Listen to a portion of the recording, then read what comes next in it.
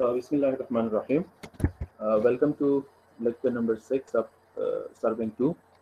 So we have covered our 5 lectures in which we have discussed the different types of the curves.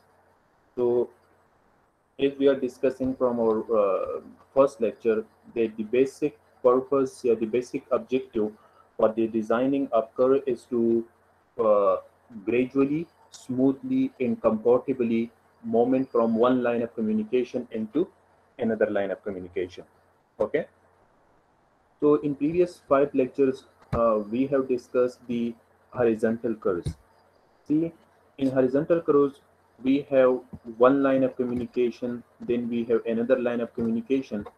So here we have abrupt change in direction. Now, if we want to make this abrupt change more gradual, smooth, and comfortable, so we will have to design a simple circular curve in between these two line of communication.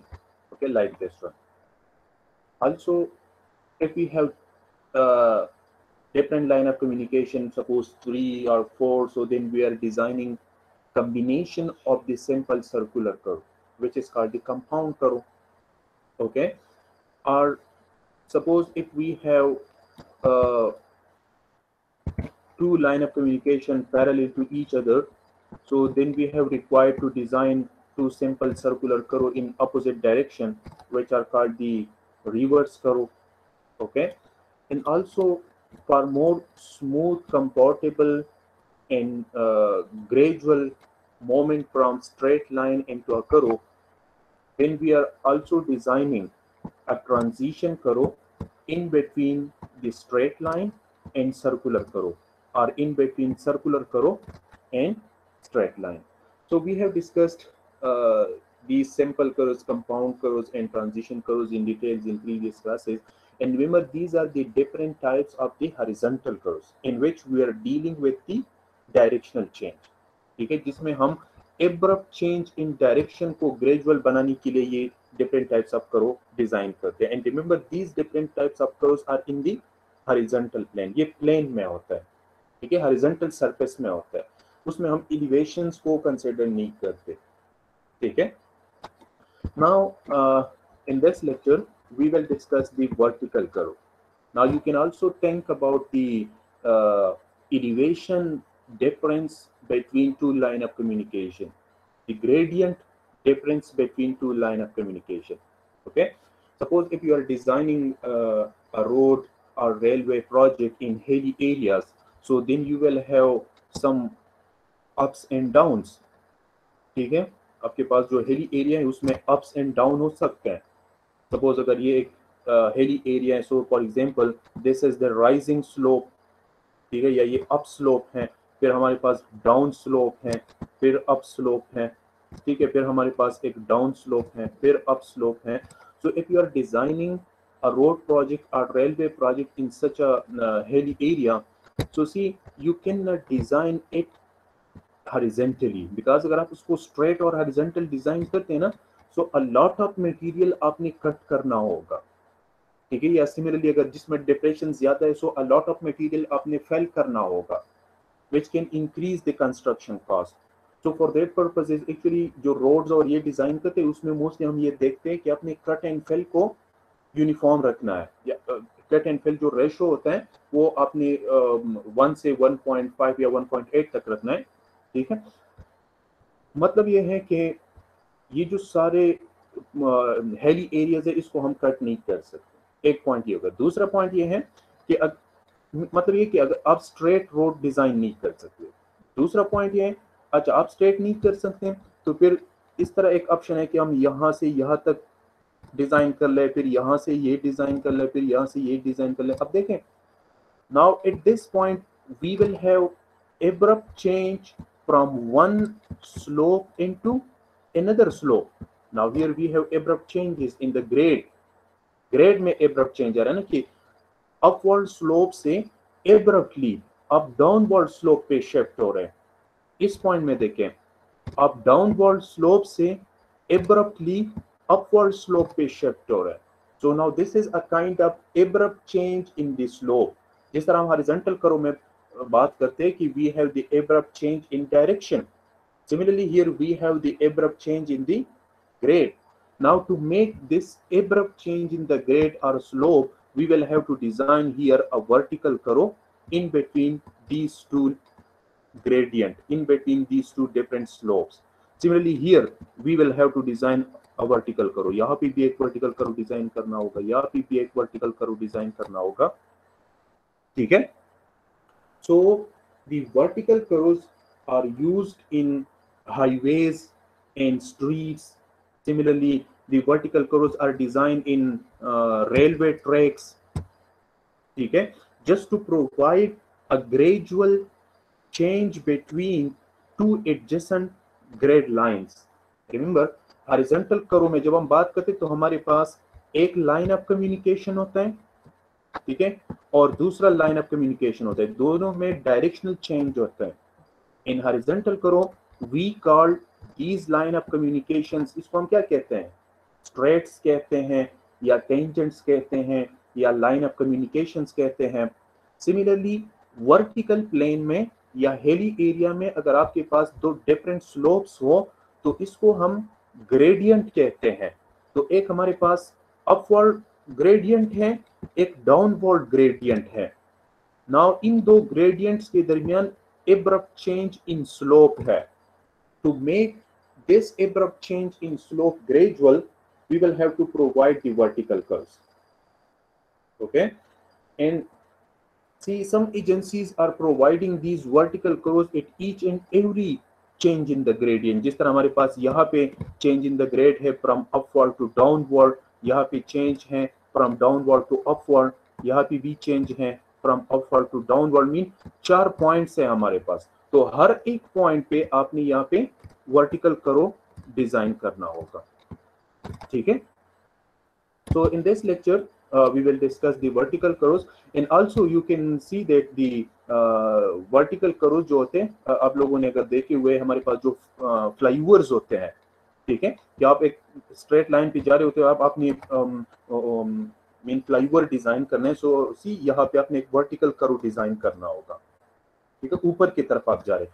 Similarly जो underpasses होते हैं तो underpasses में भी इस तरह के curve design करते हैं. ठीक है, इस सच टाइप के कर्व डिजाइन होते हैं. So these are that types can be also considered as a vertical curve. ठीक है, so in this lecture we will discuss the basic equations which are used in the design of the vertical curves, and at the end we will discuss the procedure that how practically you will design a vertical curve if you have to provide a gradual change in the gradients. ठीक है, देखें आपके पास एक hilly area है ना, आप mean आगे से आपने स्टार्ट किया हुआ है, यहाँ तक आप आ गए. ठीक है, तो now you have one upward slope, then you have the downward slope. So see, this is the we can say that vertex point. ठीक है, ये टॉप पॉइंट है. तो इस पॉइंट पे आपके साथ क्या हो रहा है, स्लोप जो है abruptly from upward slope to downward slope change हो रहा है. ठीक है, सपोज अपवर्ड स्लोप जो है G1 है, डाउनवर्ड स्लोप जो है वो G2 है. सो इस पॉइंट पे आपके पास abrupt change है. Now we want to make this abrupt change gradual. एक पॉइंट ये है. ठीक है, मोस्ट इंपॉर्टेंट पॉइंट जो है या ऑब्जेक्टिव जो है वर्टिकल कर्व्स का, to make this abrupt change in the gradients more gradual, we will have to provide here a vertical curve. ठीक है, दूसरा पॉइंट जो है मेन पॉइंट है वो ये है कि सपोज अगर आप व्हीकल ड्राइव करते हैं और आप यहाँ पे है तो आपको इस पोर्शन का जो है ये आपको विजिबल नहीं होगा. ठीक है, सिमिलरली अगर आप इवन यहां तक भी पहुंच जाए ना तो आपका साइड डायरेक्शन जो है या आई डायरेक्शन जो है वो इस डायरेक्शन में होगा. मीन आपको ये जगह जो है ये आपको विजिबल नहीं होगा.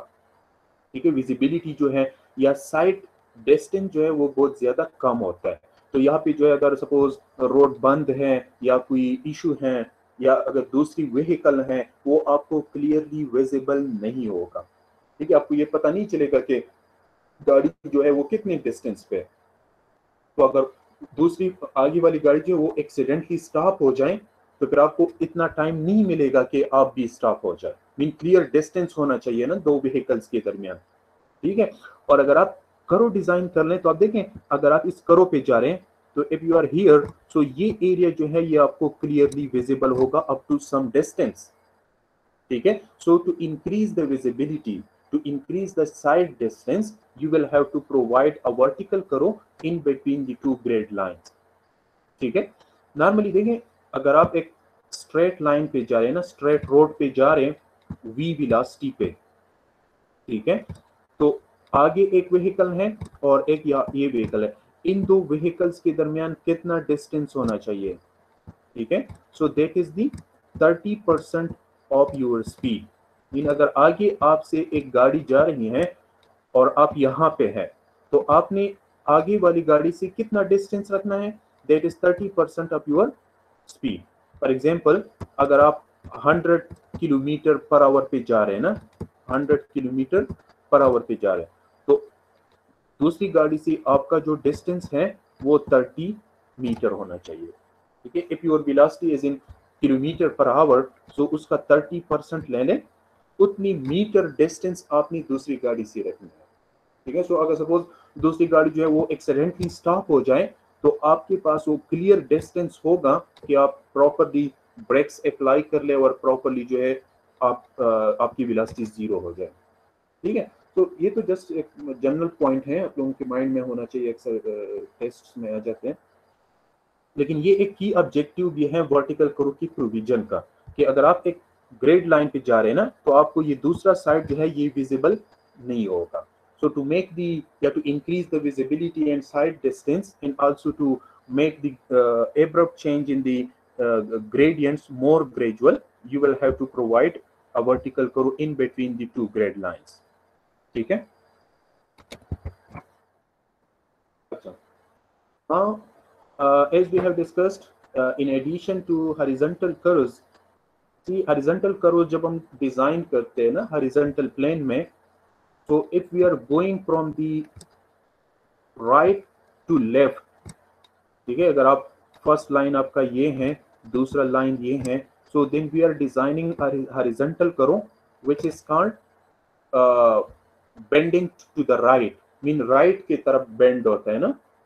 और दूसरा ये होता है कि सपोज अगर आप इस डायरेक्शन में जा रहे हैं, ठीक है, और लेफ्ट डायरेक्शन में जो है आपका डिफ्लेक्शन हो, so then you will be designing a vertical curve bending towards the left, ठीक है। सो ये horizontal plane में होता है या horizontal curves में होते हैं, that either you will be bending to the right or you will be bending to the left, ठीक है। Similarly in the vertical plane if you have upslope followed by, if you have upslope and then downslope, so see first you will have to go upside and then you will have to go downside. So the curve which we are designing in such a condition that is called the crest curve, okay। इसको क्या कहते हैं, इसको crest curve कहते हैं या top curve कहते हैं, इसको summit curve कहते हैं या poor vertical curve कहते हैं। समझ आ रहा है ना कि सपोज अगर आपके पास दो स्लोप्स हैं, पहले स्लोप जो है वो अपसाइड है दूसरा डाउन साइड है, तो इनके दरमियान यहाँ पे जो वर्टिकल करो डिजाइन होगा that is called the crest करो या दैट इज कॉल्ड टॉप करो, समिट करो या पुअर वर्टिकल करो, ठीक है। या अगर आपके पास डिप्रेशन है, वैली है, तो पहले डाउन स्लोप होगा फिर अप स्लोप होगा ना, डाउन स्लोप फिर अप स्लोप, तो यहाँ पे जो करो आप डिजाइन करेंगे वो इस तरह होगा, ठीक है। दैट इज कॉल्ड दी सेग करो, ठीक है। इसको सेग करो कहते हैं या इसको डेप्थ करो कहते हैं, बॉटम करो कहते हैं या अंडर वर्टिकल करो कहते हैं, ठीक है। So it depends on the shape of this slope of this slope पे डिपेंड करता है कि आप अप से डाउन जा रहे हैं या डाउन से अप जा रहे हैं। So either the curve will B crest करो और सेग करो, ठीक है, या समिट करो होगा या डेप्थ करो होगा, ठीक है, या ओवर वर्टिकल होगा या अंडर वर्टिकल होगा। अच्छा, in the same way that horizontal core are used to connect intersecting straights in the horizontal plane. ठीक है, हॉरिजॉन्टल प्लेन में हमारे पास जो वर्टिकल कर्व होता है वो क्या करते हैं, वो दो लाइन ऑफ कम्युनिकेशन को ज्वाइन करते हैं, इंटरसेक्ट करते हैं। ओके, तो उसको हम स्ट्रेट्स कहते हैं या उसको हम टेंजेंट्स कहते हैं।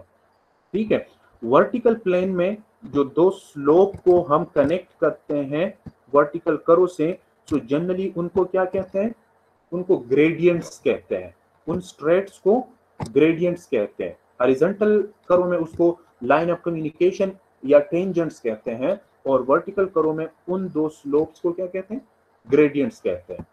ठीक है, और देखें अब आपके पास एक स्लोप है, फिर कर्व है, फिर स्लोप है, so combinely this is called the vertical alignment. ठीक है, सो ये जस्ट टर्मिनोलॉजीज है, आप लोगों के माइंड में होनी चाहिए।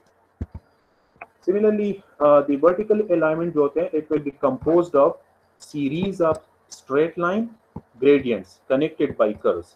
ठीक है, कि आपके पास देखें एक स्लोप है ना अपवर्ड के तरफ, फिर डाउनवर्ड एक स्लोप है। Now these two slopes are connected by a vertical curve। So see, first you have a slope line, then you have a curve या curvature, then we have a slope line। So combinedly this is called the vertical alignment. ठीक है, और normally ये जो curve होता है ना, ये पैराबोलिक शेप का होता है। सी, मोस्टली हमने जो हॉरिजॉन्टल कर्व डिस्कस की है वो सर्कुलर, सर्कल का एक अर्क होता था ना, सर्कल का एक पोर्शन होता था। सिमिलरली ये वर्टिकल कर्व जो है, these are the parabolic arcs. ठीक है, ये जो ज्योमेट्रिकल शेप बन जाता है ये पैराबोलिक आर्क होता है। And we will discuss that why parabolic is recommended. तो इसकी डिफरेंट कैरेक्टरिस्टिक्स हैं जो सर्कुलर से सुपीरियर है। ठीक है, these vertical parabolic curves must therefore be provided at all changes in the gradient। Okay, see हमारे पास जो है 4 पॉसिबिलिटी होती हैं स्लोप की। ठीक है, either the slope will be changing from upward to downward। ठीक है, कि स्लोप जो है आपके पास चेंज हो रहे हैं अपवर्ड से डाउनवर्ड की तरफ, एक ये हो गया। एक ये है कि स्लोप आपके पास जो है एक अपवर्ड स्लोप है, फिर दूसरा अपवर्ड स्लोप है। ठीक है, पहला स्लोप जो है वो माइल्ड है, दूसरा स्लोप क्या है, स्टीप है। Again we have a change in the slope. ठीक है, तीसरा टाइप जो है that is one downward slope, then you have another downward slope. ठीक है, पहले थोड़ा सा माइल्ड स्लोप है, फिर स्टीप स्लोप है। So again here we have a change in the slope between the two gradients. Okay, या आपके पास डाउनवर्ड स्लोप है या अपवर्ड स्लोप है। तो ये 4 पॉसिबिलिटी होती है। So anywhere if you are designing a road project और रेलवे प्रोजेक्ट और स्ट्रीट्स प्रोजेक्ट्स, म्युनिसिपैलिटीज जो होते हैं, so whenever if there is a change in the gradients, then the vertical curve will be provided for smooth, comfortable and gradual movement from one grade line into another grade line। okay, in the curve which you are providing, देखिए यहाँ पे ये जो curve provide किया गया है या यहाँ पे जो कर्व प्रोवाइड किया गया है, जो भी कर्व है, दी कर्वेचर जो उसका होगा, उसका जो शार्पनेस है ना, कर्व का जो शार्पनेस होता है, that will depend on what, design speed. ठीक है, कि इतना कर्वेचर आप प्रोवाइड कर लें कि जो पैसेंजर है या ड्राइवर हैं, दे में फील कंफर्टेबल। इस तरह भी नहीं है कि अगर आप बहुत शार्प करो डिजाइन कर लें तो फिर या तो आपने स्पीड कम रखना होगा, अदरवाइज अगर आप हाइयर स्पीड पे जा रहे तो फिर एक्सीडेंट या काज हो सकते हैं या डिसकंफर्टेबिलिटी होगा। ठीक है, सो कर्व का जो कर्वेचर है that will B depend on the speed and that will B depend on the stopping या साइड डिस्टेंस या विजिबिलिटी डिस्टेंस। मीन आपने विजिबिलिटी डिस्टेंस ज्यादा रखना है या कम रखना है। तो अगर विजिबिलिटी डिस्टेंस आपने ज्यादा रखना है तो कर्व क्या होगा, वो फ्लैट होगा। अगर आपने विजिबिलिटी डिस्टेंस कम रखना है तो कर्व क्या होगा, शार्प होगा। ठीक है, सो कर्व का जो कर्वेचर है या कर्व का जो लेंथ है that will B depend on the speed of the vehicle and the side distance. ठीक है, समझ आ रही है वर्टिकल कर्व्स की? Yes, जी, sir. Yes, sir. अच्छा। So Yes, sir.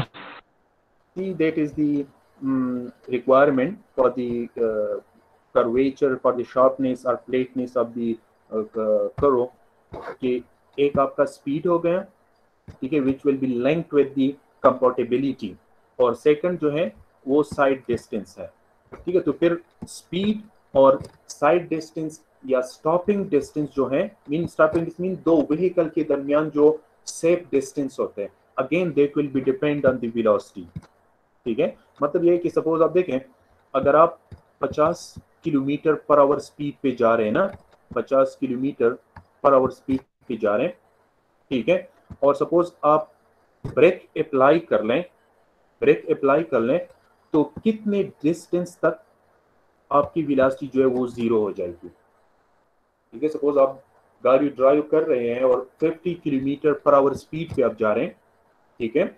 तो सपोज अगर इस पॉइंट पे, इस वन पॉइंट पे आपने ब्रेक्स अप्लाई कर दी, तो देखिए क्विकली तो आप जीरो स्पीड पे नहीं आ सकते ना, स्टिल गाड़ी जो है वो सम डिस्टेंस तक मूव होके फिर स्टॉप हो जाएगा।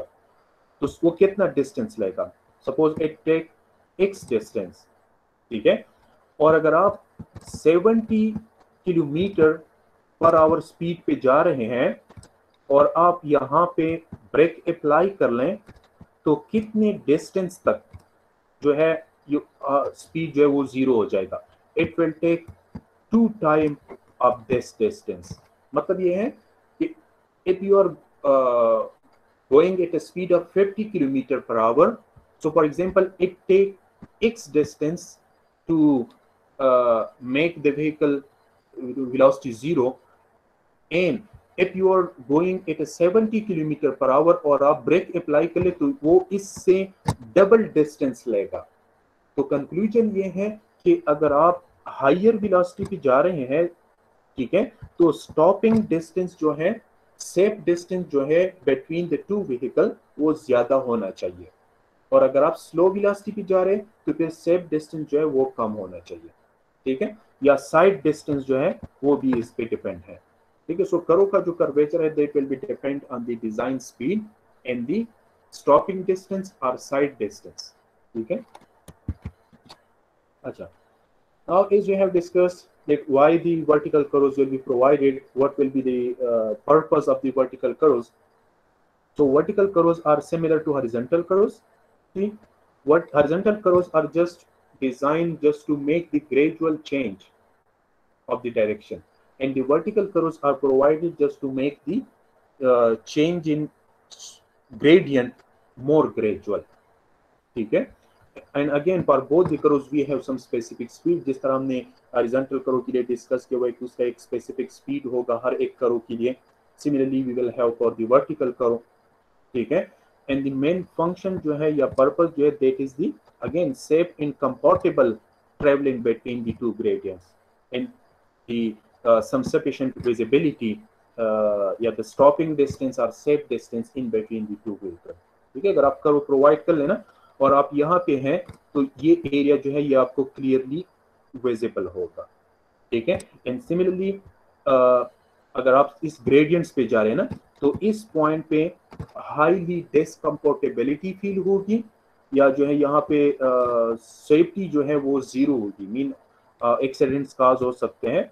And if you have designed a vertical curve, so then you will safely, comfortably, and gradually move from one grade line into another grade line. So that is the purpose, yeah, that is the objective of the vertical curve, ठीक है।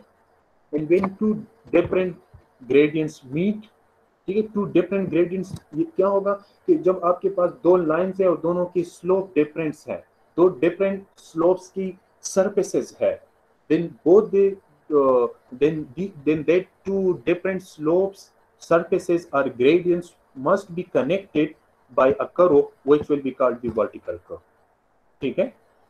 And C objective ये है कि suppose अगर आपके पास एक upward slope है, downward slope है, तो ये जो एपेक्स पॉइंट है ना, इसको हमने राउंड करना है, मीन इस एब्रप्ट चेंज को ग्रेजुअल बनाना है।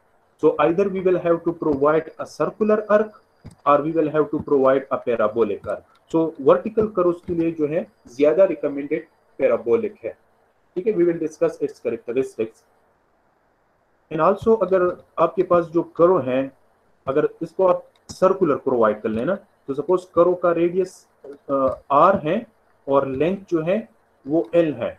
So if length is 10 times greater than the radius, if length is 10 times greater than the radius, तो फिर जो है पैराबोलिक में और सर्कुलर में कोई डिफरेंस नहीं होता. समझ आ रहा है? मीन सपोज अगर आपके पास एक सर्कुलर आर्क है ना, एक सेक्शन है सर्कल का, तो इस आर्क का लेंथ कितना है, फॉर एग्जांपल l है, और इसका अगर सर्कुलर आर्क है तो इसका एक रेडियस होगा. तो if radius is greater than 10 time of the length, sorry, if length is greater than 10 time of the radius, तो फिर ये जो सर्कुलर कर्व होता है ये पैराबोलिक के सिमिलर होता है. मीन दोनों पैराबोलिक शेप में और फिर इस तरह सर्कुलर शेप में फिर ज्यादा डिफरेंस नहीं होता, ठीक है. Mean there is no practical difference between the shape of parabola and circle, ठीक है. तो जनरली जो है अगर आप डिजाइन में कंसीडर करते हैं तो जो वर्टिकल कर्व होगा वो पैराबोलिक शेप का होगा, ठीक है जी.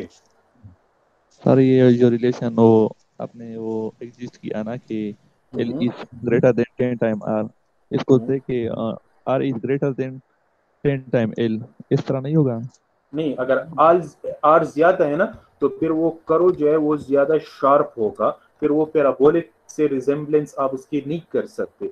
मतलब इसका ये है कि लेंथ की कंपैरिजन में रेडियस कम हो, लेंथ ज्यादा हो और रेडियस, सॉरी हाँ आपकी बात ठीक है, रेडियस मीन कर्व जो है कब ज्यादा प्लेट होगा, जब उसकी रेडियस ज्यादा हो. समझ आ रहे हैं ना? इस तरह होगा ये. देखिए 1/10 is greater than L by R. तो देखिए ये टर्म कब होगा, R ज्यादा हो कि L ज्यादा हो? सर R ज्यादा हो. अच्छा, मतलब ये है अगर कर्व जो है वो शार्प हो तो उसका रेडियस कम होगा, तो then it will be not considered as a similar to the parabola. और अगर कर्व का रेडियस ज्यादा हो, रेडियस जो है वो ज्यादा हो, तो फिर कर्व जो है वो प्लेट होगा and it will be similar like parabola, ठीक है. तो अगेन ये फर्स्ट वाला रिलेशन ठीक है, ये अगेन ये गलत है. मतलब ये कि L जो है if it is, sorry, R जो है if it is greater than 10 time of the length, then it will be then the circular curve will be considered similar as the parabolic curve. Yeah, then there will be no practical difference between the circle and parabola. अब clear हो गया? Yes sir. अच्छा, just generally concept ये रखें कि जब curve जो है इतना ज्यादा फ्लैट हो, ठीक है, इतना ज्यादा फ्लैट हो कि सर्कुलर कर्व में और पैराबोलिक कर्व में जो है वो डिफरेंस खत्म हो जाता है. और अगर कर्व जो है वो शार्प हो तो फिर पैराबोलिक और सर्कुलर में कंसिडरेबल डिफरेंस होगा, या मीन वो ज्योमेट्रिकल शेप जो है वो फिर डिफरेंट होंगे.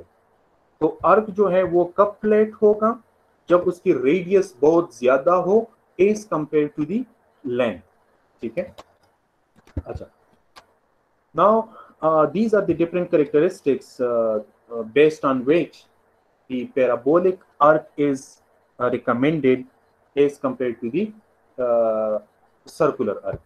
See, here we have the constant rate of change of slope which contribute to smooth alignment. See, if you have an upward slope and then you have a downward slope, and for example if here you design a parabolic arc, so see, let we have this 1 point, then we have 2 point, then we have 3 point. So see, at each and every point the slope will be different. समझ आ रहे हैं ना? See, why we are providing the curve? Just to make this just to make this abrupt change more gradual. यहाँ पे आपके पास abrupt change है और यहाँ पे gradual change है, मीन gradually स्लोप जो है एक स्लोप से दूसरे स्लोप पे चेंज हो रहा है, ग्रेजुअली चेंज हो रहा है ना, तो हर एक पॉइंट पे जो स्लोप है वो क्या होगा, वो चेंज होगा। अच्छा, अब पैराबोला की कैरेक्टरिस्टिक्स ये है कि सी ये पॉइंट 1 और पॉइंट 2 के दरमियान स्लोप चेंज होगा, पॉइंट 2 और पॉइंट 3 के दरमियान स्लोप चेंज होगा, लेकिन rate of change of slope जो है वो कांस्टेंट होगा। मीन दो पॉइंट्स के दरमियान जितना स्लोप चेंज हो रहा है ना, वो नेक्स्ट दो पॉइंट्स के दरमियान भी उतना चेंज होगा, नेक्स्ट दो पॉइंट्स के दरमियान भी उतना चेंज होगा। सो रेट ऑफ चेंज जो है, समझ आ रहे हैं ना, रेट ऑफ चेंज जो है वो कांस्टेंट होगा। So if there is a constant rate of change in the slope, so then you will not feel the discomfortability. Mean हर एक पॉइंट पे जो है एक कांस्टेंट रेट पे स्लोप चेंज हो रहा है, मीन वेरिएशन नहीं है। सो देन द व्हीकल या the passenger will not feel the discomfortability, mean वो अलाइनमेंट जो होगा वो स्मूथ होगा, ठीक है। एंड ऑल्सो इसकी जो डिजाइनिंग के लिए हम इन ग्रेडियंट से जो अपसेट्स कैलकुलेट करते हैं उनकी कंप्यूटेशन इजी है as compare to the circular one, ठीक है। तो that's why the parabolic arcs will be recommended in the vertical curves, ठीक है। आगे जो है नेक्स्ट स्लाइड्स में हम इनकी मैथमेटिकल भी करेंगे कि क्यों इसका rate of change of slope जो है ये कांस्टेंट है और कंप्यूटेशन जो है वो भी इजी है as compare to the circular arcs, ठीक है।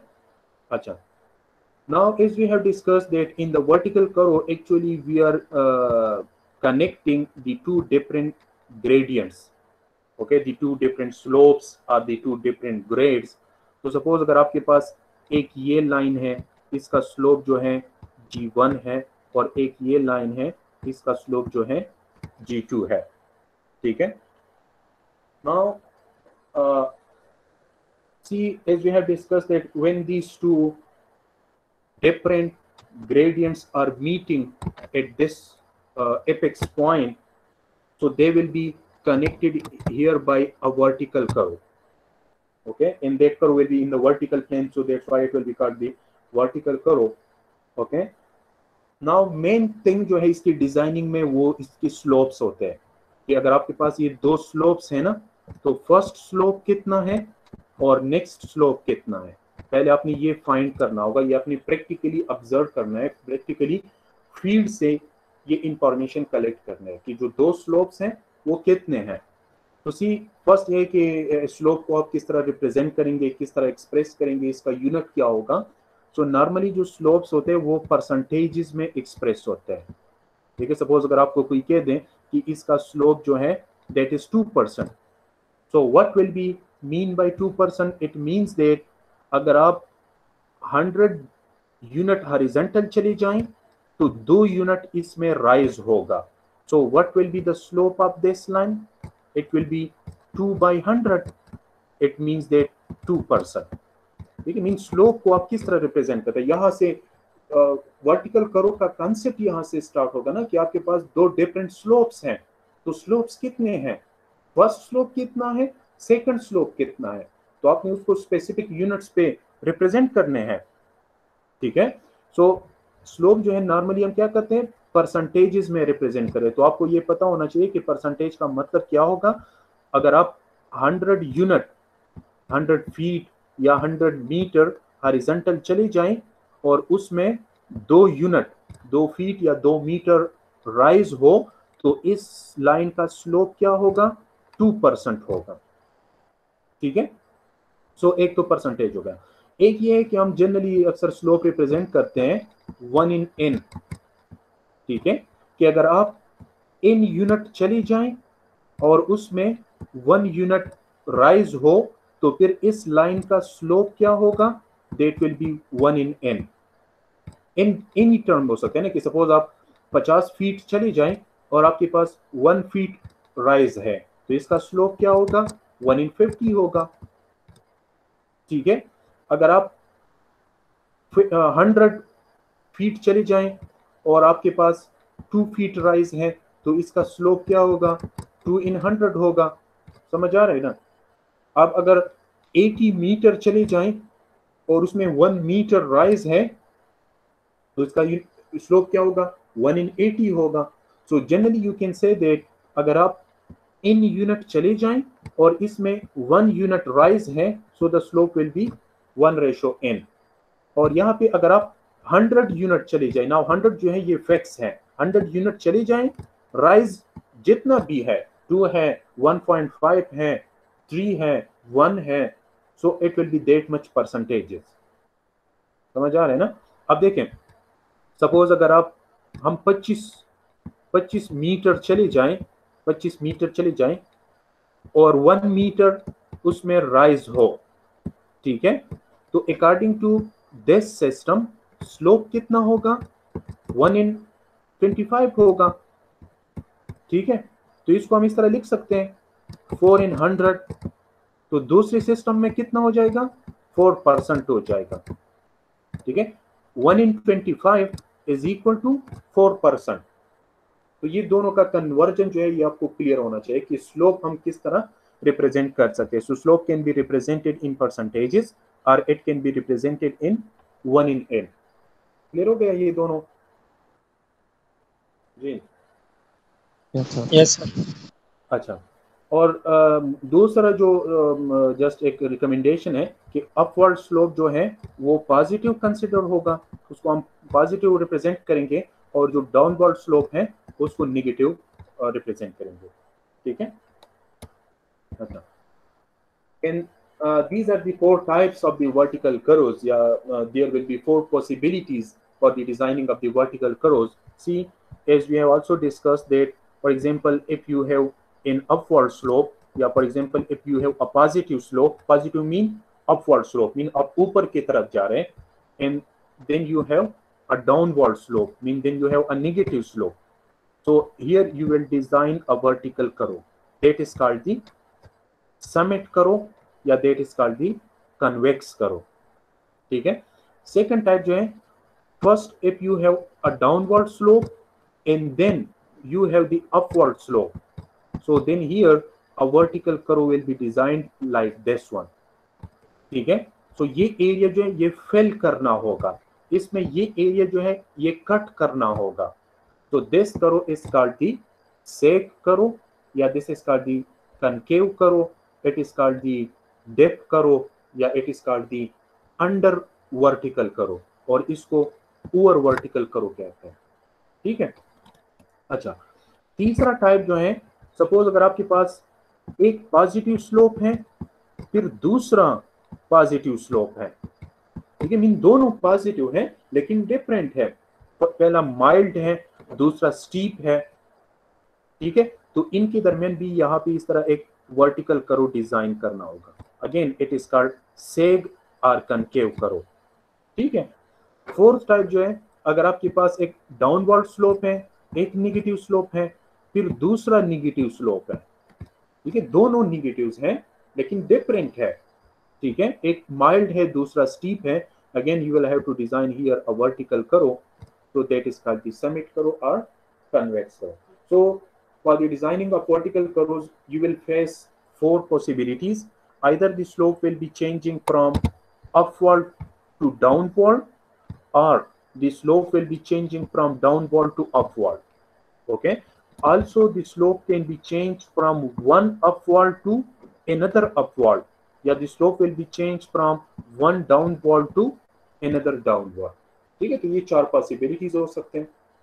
डिजाइनिंग जो है वो सबका सेम है, उसमें कोई डिफरेंस नहीं है. क्लियर हो गया? यहाँ तक अगर कोई क्वेश्चन है या कंफ्यूजन है तो आप पूछ सकते हैं. सर जी सर, अगर स्लोप चेंज हो रहा वन डाउनवर्ड से दूसरे डाउनवर्ड की तरफ, लेकिन फर्स्ट डाउनवर्ड स्लोप ज्यादा है और दूसरा कम है, तो फिर ये कौन सा में आएगा? जितना भी है, मीन जो भी है, आप क्या कह रहे हैं कि फर्स्ट कम है दूसरा ज्यादा है? यस सर, बिल्कुल. तो ये इस तरह करो आएगा ना, ये समिट करो होगा फिर. ठीक है, कन्वेक्स करो होगा. ठीक है. अच्छा, तो सी 2 टाइप्स हो गए ना. यहाँ पे भी देखें, एक समिट है एक सेग है, यहाँ पे भी एक समिट है एक सेग है। मतलब ये है कि अगर अपवर्ड फिर दूसरा अपवर्ड या upward sorry mean one upward फिर दूसरा अपवर्ड है या डाउनवर्ड फिर अपवर्ड है, ठीक, इन दोनों में जो करो होगा वो सेक करो होगा, ठीक है। फिर एक डाउनवर्ड है दूसरा डाउनवर्ड है या अपवर्ड है फिर डाउनवर्ड है, तो इन दोनों में जो वर्टिकल करो होगा वो समिट करो होगा। तो दो करोज आ गए हमारे पास, आइदर क्रेस्ट करो होगा मीन या समिट करो होगा या सेक करो होगा, ठीक है। करो या इस तरह होगा, कनकेव होगा या कन्वेक्स होगा, ठीक है। Okay. Now, as we have discussed that कि वर्टिकल कर्व्स में जो है रिकमेंडेड पैराबोला है, सो उसकी कुछ प्रॉपर्टीज हैं, कुछ करेक्टरिस्टिक्स हैं, उसको देखें। सी यहाँ पे ये जो एक प्रैक्टिकल हेली एरिया मैंने दिया हुआ है कि आपके माइंड में जो है वर्टिकल प्लान आ जाए, ठीक है। प्रीवियसली हमने डिटेल से हॉरिजॉन्टल कर्व्स डिस्कस किए हुए हैं, सो वो जो है वो हॉरिजॉन्टल प्लान में है। यहाँ पे देखिए इस तरह आपके पास एक अपवर्ड स्लोप है ना, for example that is G1%, ठीक है, परसेंटेज में, और अपवर्ड है तो इसके साथ हम प्लस रिप्रेजेंट करते हैं, ठीक है। फिर हमारे पास जो है एक डाउनवर्ड स्लोप है, सो दैट इज -G2%, ठीक है। Minus is representing the down direction, G2 जो है मीन दोनों की वैल्यू डिफरेंट हो सकती है, जरूरी नहीं है कि दोनों सेम स्लोप्स हो, और परसेंटेजेस में इस रिप्रेजेंट करते हैं ना। तो now we are going to design here a vertical curve, समझ आ रहे? तो इस तरह ये होगा, मीन ये जो ऊपर वाला पोर्शन है ये कट होगा, हेली एरिया से ये कट होगा, ठीक है। तो अब यहाँ पे देखें, this is the one upward slope, then we have the downward slope. So यहाँ पे ये जो पॉइंट है that is the top point, ये एपेक्स पॉइंट है जहाँ पे दोनों स्लोप्स जो है वो चेंज हो रहे हैं। नाउ रिमेंबर, जहां जिस तरह हमारे पास हॉरिजॉन्टल कर्व्स में क्या होते थे, यहाँ पे डिफ्लेक्शन एंगल होता था, याद है ना, यहाँ पे डिफ्लेक्शन एंगल होता था। सिमिलरली यहाँ पे जो है हमारे पास चेंज इन स्लोप है। देखें, अगर आपके पास एक स्लोप जो है वो G1% है और दूसरा स्लोप जो है वो G2% है, ठीक है, तो चेंज इन स्लोप जो है, सॉरी ये अगर डाउनवर्ड है तो इसके साथ आप माइनस लगाएं, ठीक है, that will be symbol for the representation. अब देख कि इधर अपवर्ड है या डाउनवर्ड है।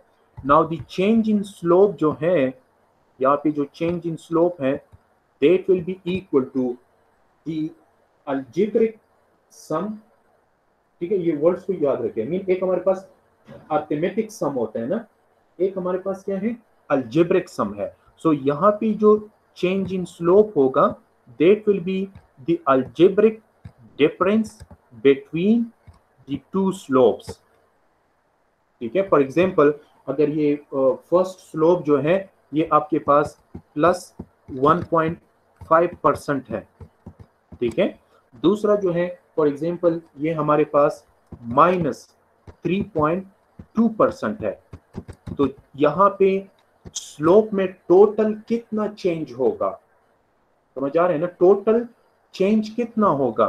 So that will B -3.2 -1.5, so the total change in slope is 4.7, समझ आ रहे हैं ना, mean that is the total change in the slope, so it will be equal to the algebraic difference of the two slopes, G2 minus G1, ठीक है।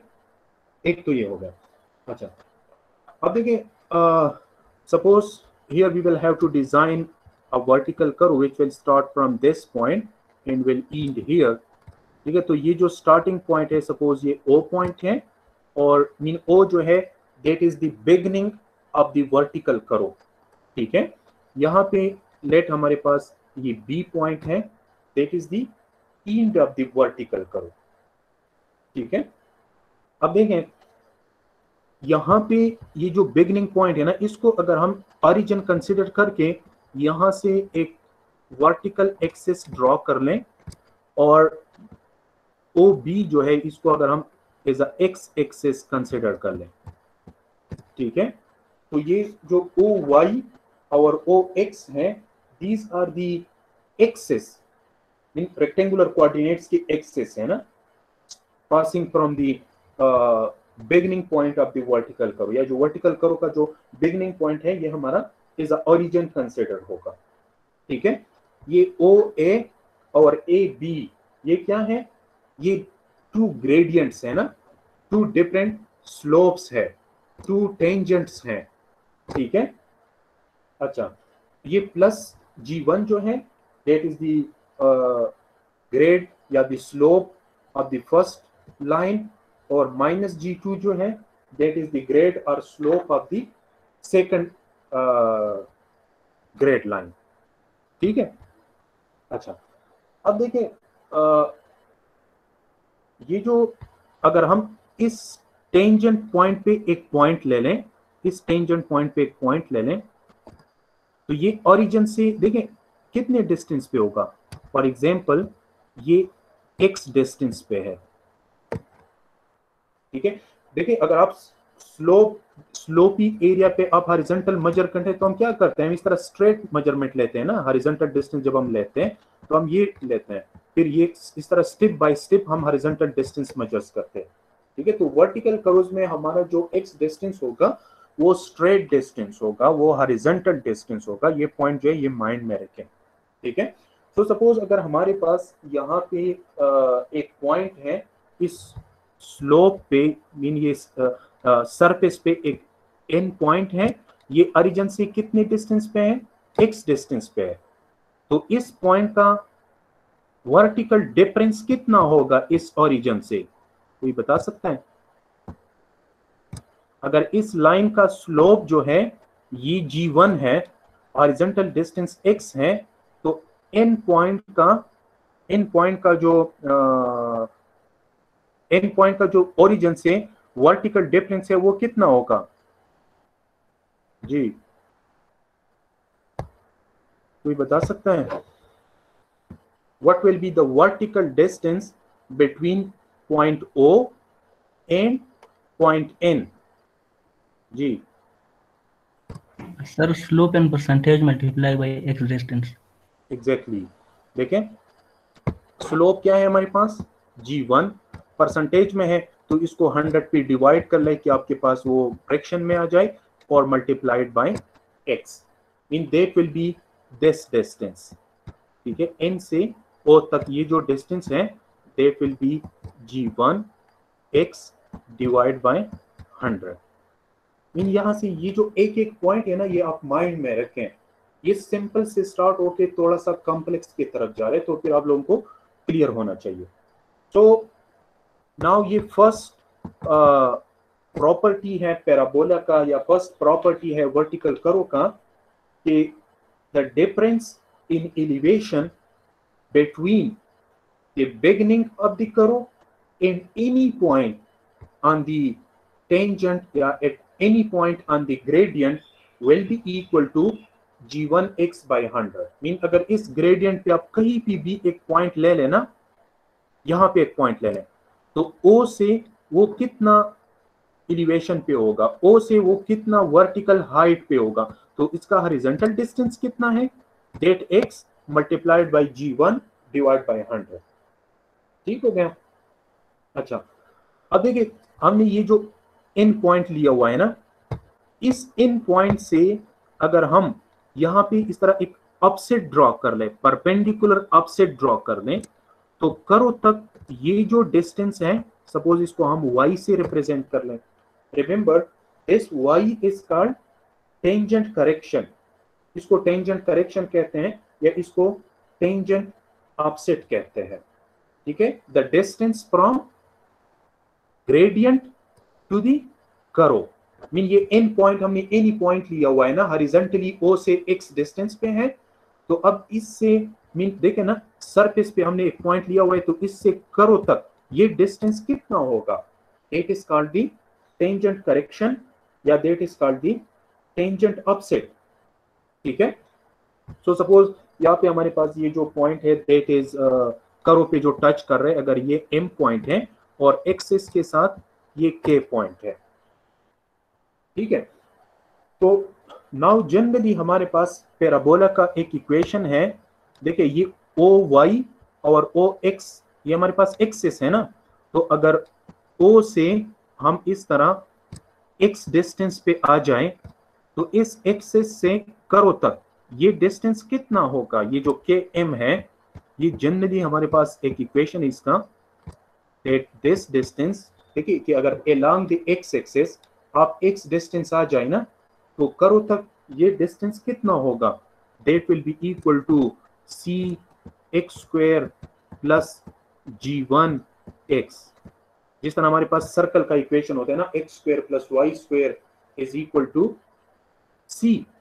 तो इस तरह अगर हमारे पास एक करो हो और इसका ये पॉइंट आप ओरिजिन ले ले, यहाँ से वाई एक्सिस और एक्स एक्सिस ड्रॉ कर लेना, ठीक है, ये वाई एक्सिस है और ये एक्स एक्सिस है। अब ओरिजिन से आप एक्स डिस्टेंस पे आ जाएं तो इस पॉइंट से यहाँ तक ये डिस्टेंस कितना होगा, दैट इज इक्वल टू सी एक कांस्टेंट है x square plus g1 x। g1 जो है अगर इस पॉइंट पे आप एक टेंजेंट ड्रॉ कर ले तो उसका स्लोप क्या होगा, तो सिमिलरली हियर हमारे पास ये जो OA है एक्चुअली ये क्या है, ये पैराबोला को टेंजेंट है, उसका स्लोप g1 है, तो ये जो km डिस्टेंस है it will be equal to cx square plus g1 x। तो ये एक जनरल इक्वेशन है हमारे पास पैराबोला का। अच्छा अब देखें ये kn किसके बराबर है, kn is equal to sorry ये जो mn है, mn is equal to c या nm is equal to kn minus km। Is it clear? देखिए nm ये बराबर होगा kn माइनस km के, ठीक है। तो अब देखिए nm को हमने क्या नेम दिया हुआ है y, kn हमारे पास क्या है, ये टोटल kn क्या है, दैट इज g1 x, इस तरह है ना, kn इस वर्टिकल डिस्टेंस के बराबर है, that is g1 x minus km क्या है, ये जो स्टैंडर्ड इक्वेशन है ना, ये km डिस्टेंस है कि x एक्सिस से करो तक ये डिस्टेंस कितना होगा, so that is c x square plus, तो वो भी माइनस हो जाएगा ना g1 x, तो ये दो टर्म कैंसिल हो जाएंगे, y is equal to minus C x square. ये माइनस c क्या है, ये एक कांस्टेंट है, तो हम इस तरह लिख सकते हैं कि y is directly proportional to x square. इसका मतलब क्या होगा जी, इसको कोई डिस्क्राइब कर सकता है जी, एनीवन? सर अगर हम बिगिनिंग से स्टार्ट हो जाए और टुवर्ड राइट मतलब एक्स डिस्टेंस हम इंक्रीज करेंगे तो वाई ज्यादा होगा। या देखें ये y जो है that is the distance from the tangent, the distance from the gradient to the curve, इसको हम y कहते हैं, and that is called the tangent correction या that is called the tangent offset। So the tangent offset will be directly proportional to the square of the distance from the origin। Mean अगर origin से आप x distance लेते हैं तो इसका y ये होगा, फिर अगर आप x चेंज करते हैं तो उसका y भी चेंज होगा, फिर अगर आप x चेंज करते हैं तो y भी चेंज होगा। y कितना चेंज होगा, that will be directly proportional to the square of that distance, ठीक है। so the tangent offset, ये y को क्या कहते हैं, tangent offset या the tangent correction between the gradient and curve is directly proportional to the square of the horizontal distance, ठीक है। तो ये जो है ये एक इम्पोर्टेंट रिलेशनशिप है, बाद में यूज होगा, इसको आप लोग जो है माइंड में रखें। ठीक है। द वर्टिकल करो जो है उसमें ये अपसेट हॉरिजॉन्टल डिस्टेंस को डायरेक्टली प्रोपोर्शनल होता है। अच्छा सर जी सर के एम वाली इक्वेशन की समझ नहीं आई सर। देखें, ये जनरल ज्योमेट्रिकल इक्वेशन है। अगर आप लोगों ने सर्कल का इक्वेशन सुना हुआ है कि X square plus Y square is equal to C, ठीक है। सिमिलरली देखें, अगर आपके पास एक पैराबोला हो ना, एक पैराबोला हो, उस पैराबोला की एक पॉइंट, स्टार्टिंग पॉइंट से सपोज आप यहाँ पे वर्टिकल एक्सिस ड्रॉ कर लें, यहाँ पे हॉरिजॉन्टल एक्सिस ड्रॉ कर लें, तो ये आपका सपोज ओ एक्स है और ये ओ वाई है, ठीक है। अब ये जो स्टार्टिंग पॉइंट है ना, इस पॉइंट पे आप एक टेंजेंट ड्रॉ कर लें, तो उस टेंजेंट का एक स्लोप होगा, सपोज दैट स्लोप इज जी। अब देखें, इस ओ से अगर मैं एक्स डिस्टेंस पे आ जाऊं तो इस पॉइंट से करो तक ये डिस्टेंस कितना होगा, सपोज दैट इज जेड, ठीक है। सो नाउ ये जनरल इक्वेशन है कि z is equal to C x square plus g1x। जिस तरह मैंने आप लोगों को बताया ना कि सर्कल का हमारे पास इक्वेशन है कि x square plus Y square is equal to C. Similarly ये पैराबोलिक का एक जनरल ज्योमेट्रिक इक्वेशन है कि x एक्सिस से ऊपर ये डिस्टेंस जो है ये इक्वल होगा सी एक्स स्क्वायर की। सी एक कांस्टेंट है, x जो है that is that distance, g1 जो है that is the slope of the tangent at the origin. Mean अगर ओरिजिन पे आप एक टेंजेंट ड्रॉ कर ले तो उसका स्लोप क्या होगा। तो सिमिलरली प्रैक्टिकली हम जो करो डिजाइन करते हैं ना, तो ये ओ ए क्या है, ये ओ पॉइंट पे टेंजेंट है ना, तो उसी का स्लोप हमने यहाँ पे यूज किया हुआ है। अब क्लियर हो गया? Yes sir.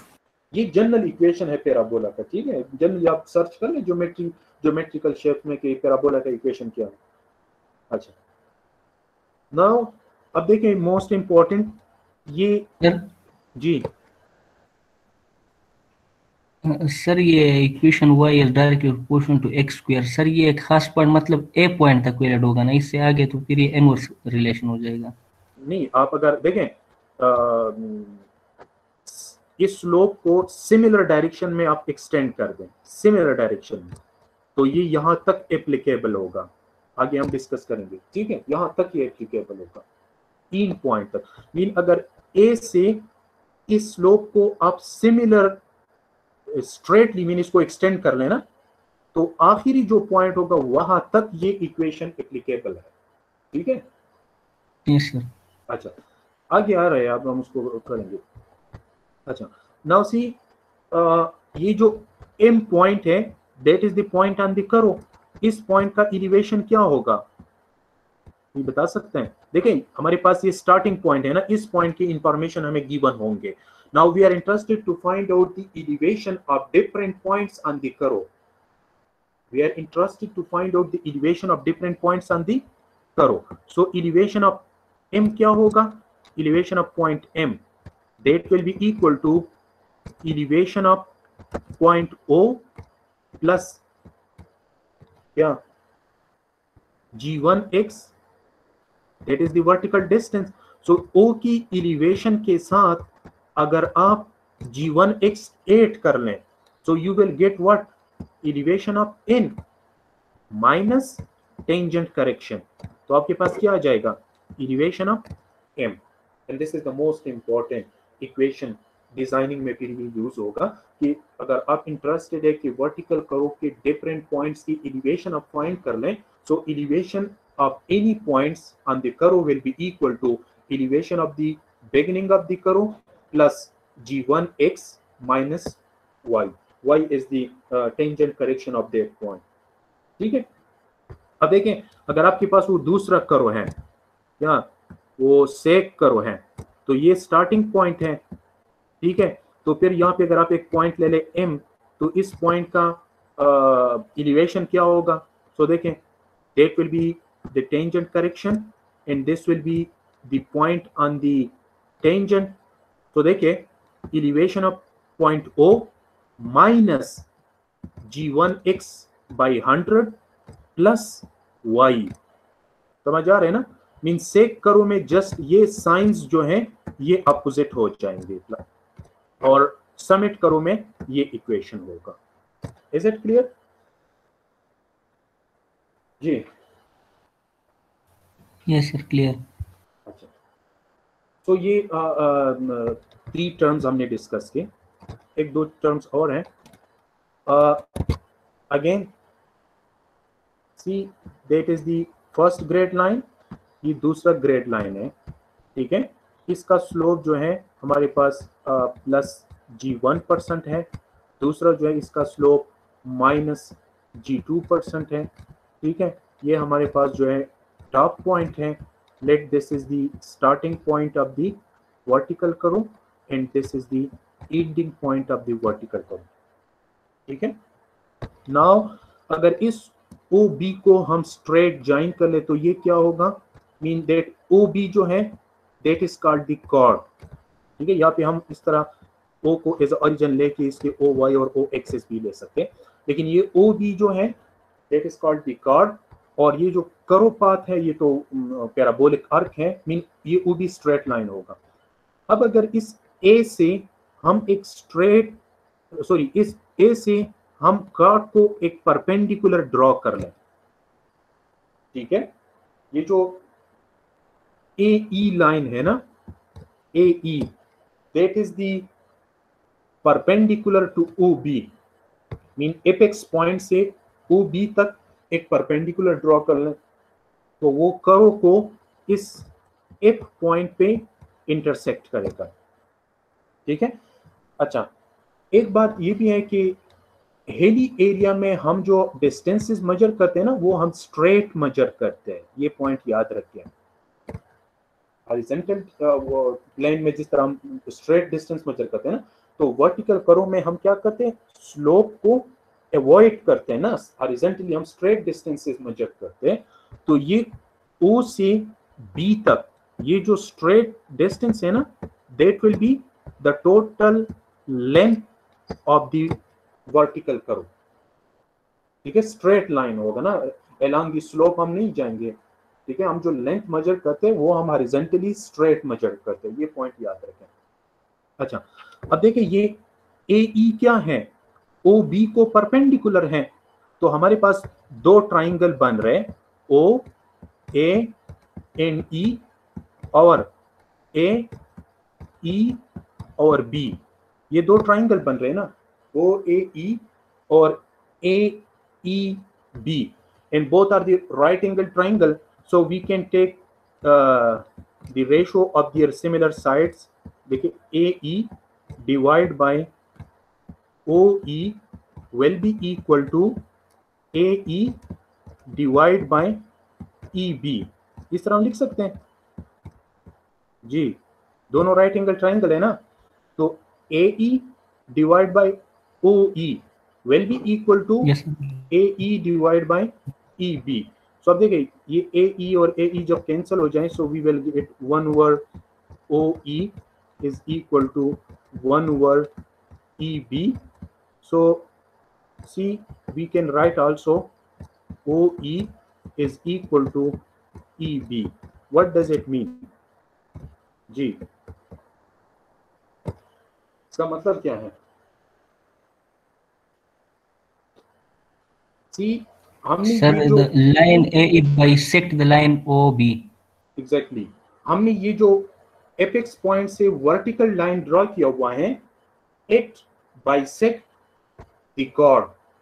तो मतलब ये है कि इस E से इस साइड पे ये जो डिस्टेंस होगा ये क्या होगा, L/2, और इस साइड पे ये भी L/2 होगा, या we can say that O से A तक ये डिस्टेंस जो है ये L/2 होगा, और A से B तक ये जो डिस्टेंस है ये भी L/2 होगा, ठीक है।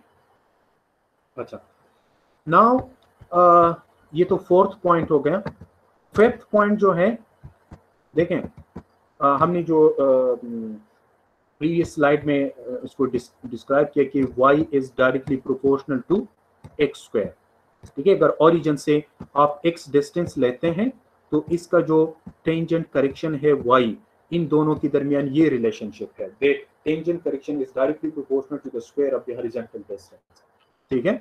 नाउ इसको हम इस तरह लिख सकते हैं कि y is equal to kx square, where k is that constant of proportionality, ठीक है।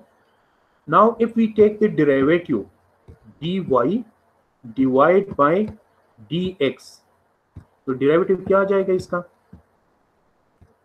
जी 2kx। नाउ ये इसका मतलब क्या है, change in y divide by change in horizontal, ये क्या होता है हमारे पास जी स्लोप स्लोप होता है, ठीक है। Change in y divide by change in x। सी मतलब ये है कि करो कि किसी भी पॉइंट पे, करो कि किसी भी पॉइंट पे अगर आप टेंजेंट ड्रॉ कर लें तो उस टेंजेंट का स्लोप ये होगा। इन करो कि किसी भी पॉइंट पे आप टेंजेंट ड्रॉ कर लें ना, तो उस टेंजेंट का जो स्लोप है वो ये होगा। नाउ दोबारा इसकी डेरिवेटिव ले लें तो ये क्या हो जाएगा, d square y divide by d x square, क्या आ जाएगा डेरिवेटिव इसका दोबारा जी 2k। तो मतलब क्या हो गया इसका, ये जो दोबारा हमने डेरिवेटिव ले ली इसका मतलब क्या है, that is the rate of change of slope. पहला जो आप चेंज लेना ना, change in y with respect to change in x, इससे हमारे पास स्लोप आ गया। अब दोबारा हमने इसकी डेरिवेटिव ले ली तो इसका मतलब क्या हो गया कि the rate of change of slope that is constant. ठीक है, तो मतलब इसका ये है कि अगर पैराबोला पे आपके पास डिफरेंट पॉइंट्स हैं तो डिफरेंट पॉइंट्स के दरमियान जो rate of change of slope है वो कांस्टेंट होगा। So if you are going if you are traveling in a parabolic vertical curve, so you will not feel the discomfortability. Mean हर एक point पे जो slope change हो रहा है ना वो एक कांस्टेंट रेट पे चेंज हो रहा है। मीन वो वेरिएबल रेट पे चेंज नहीं हो, अगर वेरिएबल रेट पे चेंज हो रहा है then you will feel the discomfortability. Mean वो स्लोप जो है वो कांस्टेंट रेट पे चेंज हो रहा है, so that's why you will feel more smooth and comfortable। Clear हो गया? ठीक, अच्छा। नाउ एक लास्ट करेक्टरिस्टिक है या प्रॉपर्टी है, उसमें मोस्ट इंपॉर्टेंट इक्वेशंस आ जाते हैं हमारे पास वर्टिकल कर्व्स के। तो देखें again, if this is the first grade line then we have another grade line, ठीक है। इसका जो स्लोप है, ठीक है, suppose that is plus g1% और दूसरा इसका जो स्लोप है दैट इज माइनस g2%। ए जो है ये टॉप पॉइंट है, एपेक्स पॉइंट है, यहाँ से सपोज करो स्टार्ट होगा, ओ है, ओरिजिन है, ठीक है। इस बी पॉइंट पे करो जो है वो खत्म होगा, that is the end of the vertical curve. Clear? Now अगर ओ बी को हम ज्वाइन कर लें तो ये हमारे पास क्या आएगा, कॉर्ड आ जाएगा। सिमिलरली अगर ए से हम इस कॉर्ड तक एक परपेंडिकुलर ड्रॉ कर लें so it will touch the chord at E point and will touch the curve for example at F point. ये जो एफ पॉइंट है इसको वर्टेक्स पॉइंट कहते हैं, ठीक है, इसको वर्टेक्स पॉइंट कहते हैं। अच्छा, अब देखें अगर ये जो फर्स्ट ग्रेड लाइन है ना, इसको अगर मैं सिमिलर डायरेक्शन में इस तरह सिमिलर स्लोप में इसको मैं एक्सटेंड कर दूं, ठीक है, तो यहाँ पे ये बी तक मीन इस तरह का मैं एक्सटेंड करूँ, suppose this is point C, ठीक है। नाउ देखें यहां से यहां तक ये डिस्टेंस कितना है जी, दैट इज l/2, ठीक है। तो ये डिस्टेंस कितना हो जाएगा, आप कोई बता सकते हैं ये डिस्टेंस कितना हो जाएगा? That will be equal to g1 divide by 100, मतलब वो परसेंटेज में ना तो 100 पे डिवाइड कर ले, g1 divide by 100 multiplied by l/2, या that will be equal to g1 l divide by 200 हो जाएगा, ठीक है। सिमिलरली इस पॉइंट से यहां तक ये कितना होगा, जी आप बताएं, ये कितना होगा?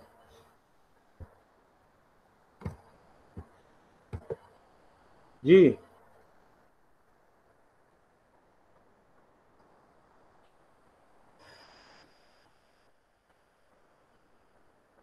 सेम नहीं होगा, मीन स्लोप डिफरेंट है ना। G2 L डिवाइड बाई 200 होगा, ठीक है। एंड देखें O से A तक ये डिस्टेंस कितना है? L बाई 2, ठीक है। और O से B तक ये डिस्टेंस कितना है? L, ठीक है। अच्छा अब देखें, जिस तरह हमने वो इक्वेशन डिराइव की ना कि हमारे पास y is directly proportional to x square या y is equal to kx square, where k is the constant of proportionality. Now इस C पॉइंट तक या अगर हम ये ले लें, देखें BC, अगर BC को हम y ले लें, ठीक है, BC को हम क्या लें? y, तो ये किसके बराबर होगा? BC that is equal to G1 L divide by 200, ठीक है, plus minus G2 L divide by 200 mean the algebraic sum of these two, ठीक है। तो ये हमारे पास क्या आ जाएगा? G1 minus G2 into L divide by 200, इस तरह आ जाएगा, ठीक है। एंड आल्सो डिवाइड बाय 100 नहीं होगा G2 के केस में? नहीं, देखे इसको और इसको प्लस कर ले जस्ट, ठीक है। वो 2 जो है वो तो हाफ लेंथ का इसको आया हुआ है ना, तो इसको फिर हम क्या लेंगे? कॉमन डिनोमिनेटर लेंगे, ठीक है। G1 नहीं माइनस सर, G2, हाँ ये जो डिस्टेंस है ना, ये G2 L बाई 100 होगा, ये G2 दूसरा जो डिस्टेंस है, क्योंकि L बाई 2 तो नहीं है इसमें, तो L है पूरा डिस्टेंस, x डिस्टेंस। नहीं, ये डिस्टेंस है ना, ये जो है इस ट्राइंगल से हम लेते हैं, देखें ये इसका हॉरिजॉन्टल है, L बाई 2 इसका हॉरिजॉन्टल है, और स्लोप जो है ये G2 है। हमारे पास क्या होते हैं? G2 is equal to V divide by horizontal, so again इसका हॉरिजॉन्टल जो है L बाई 2 है, ठीक है। अच्छा, now also we know that y पर this will be equal to what? क्या होगा इस इक्वेशन की बेस पे? क्या होगा? इस तरह मैं लिख सकता हूं KL square, is it clear? Mean origin से यहां तक ये डिस्टेंस कितना है? L है ना। सो अगर x L हो तो इसका y क्या होगा? y will be equal to KL square. ये क्लियर हो गया आप लोगों को? कंफ्यूजन तो नहीं है इसमें? जनरली हमारे पास y is equal to kx square है ना, सो अब x is equal to L, mean total length हमने लिया हुआ है O से। अच्छा, तो अब वो दोनों इक्वेशन कंपेयर कर लें, G1 minus G2 divide by 200 into L is equal to KL square. तो अब देखिए यहां से हमारे पास वो कांस्टेंट ऑफ प्रोपोर्शनलिटी की वैल्यू आ जाएगी, ठीक है। G1 minus G2 into 200 L, ठीक है। तो जनरल इक्वेशन अब क्या हो जाएगा? y is equal to G1 minus G2 divide by 200 L multiplied by x square. Now this is the most important in designing equation in the vertical curve, ये याद रखिए। मीन कि अगर ओरिजिन से आप x डिस्टेंस पे जाए ना, तो उसका टेंजेंट करेक्शन जो है वो कितना होगा, ठीक है। प्रैक्टिकली फील्ड में फिर हम इस इक्वेशन को यूज करेंगे। तो देखिए G1 और G2 जो है ये आपके पास गिवन होंगे ना प्रैक्टिकली फील्ड से, कि एक स्लोप कितना है, दूसरा स्लोप कितना है, और उनके दरमियान आप कितने लेंथ का वर्टिकल कर्व डिजाइन करना चाहते हैं।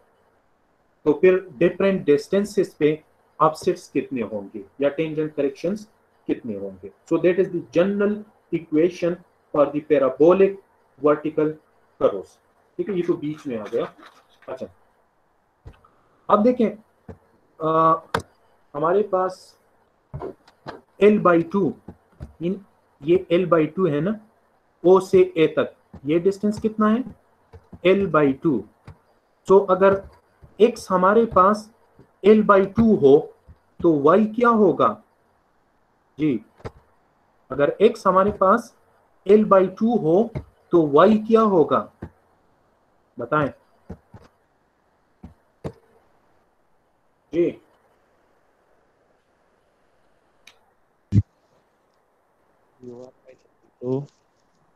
तो L देखिए if x is l/2 so y क्या होगा,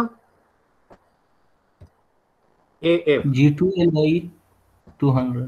AF।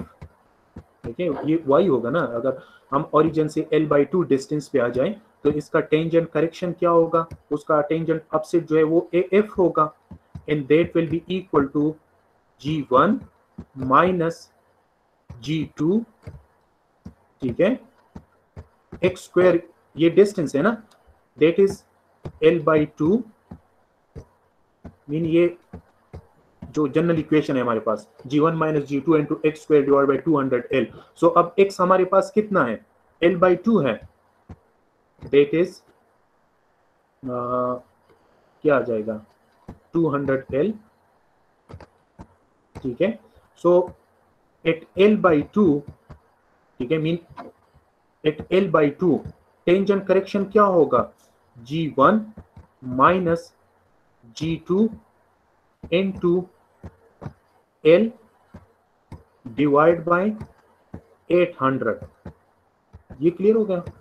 ये fx पॉइंट पे या मिड पॉइंट पे जो अपसेट होगा या टेंजेंट करेक्शन होगा, it will be equal to G1 minus G2 L divide by 800।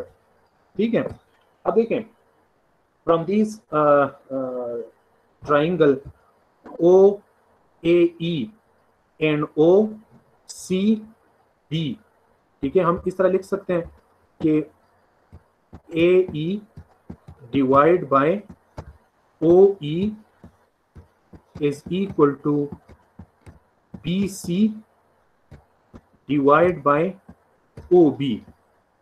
both are the right angle triangle, so we can take their similar ratios equal, in AE divided by OE is equal to BC divided by OB। ठीक है, अब देखें ये AE किसके बराबर है, AE जो है that is the, we can say that the vertical from the apex, mean apex से हमने जो वर्टिकल लाइन ड्रा किया हुआ है ना, ये तो AE आ जाएगा। OE क्या है, ये l/2 के बराबर है, ठीक है, is equal to BC divide by OB क्या है, वो L के बराबर है। सो फ्रॉम दिस इक्वेशन, देखिए ये OB टोटल लेंथ है ना, तो इस इक्वेशन से हमारे पास क्या आ जाएगा, AE is equal to BC divide bye 2 आ जाएगा।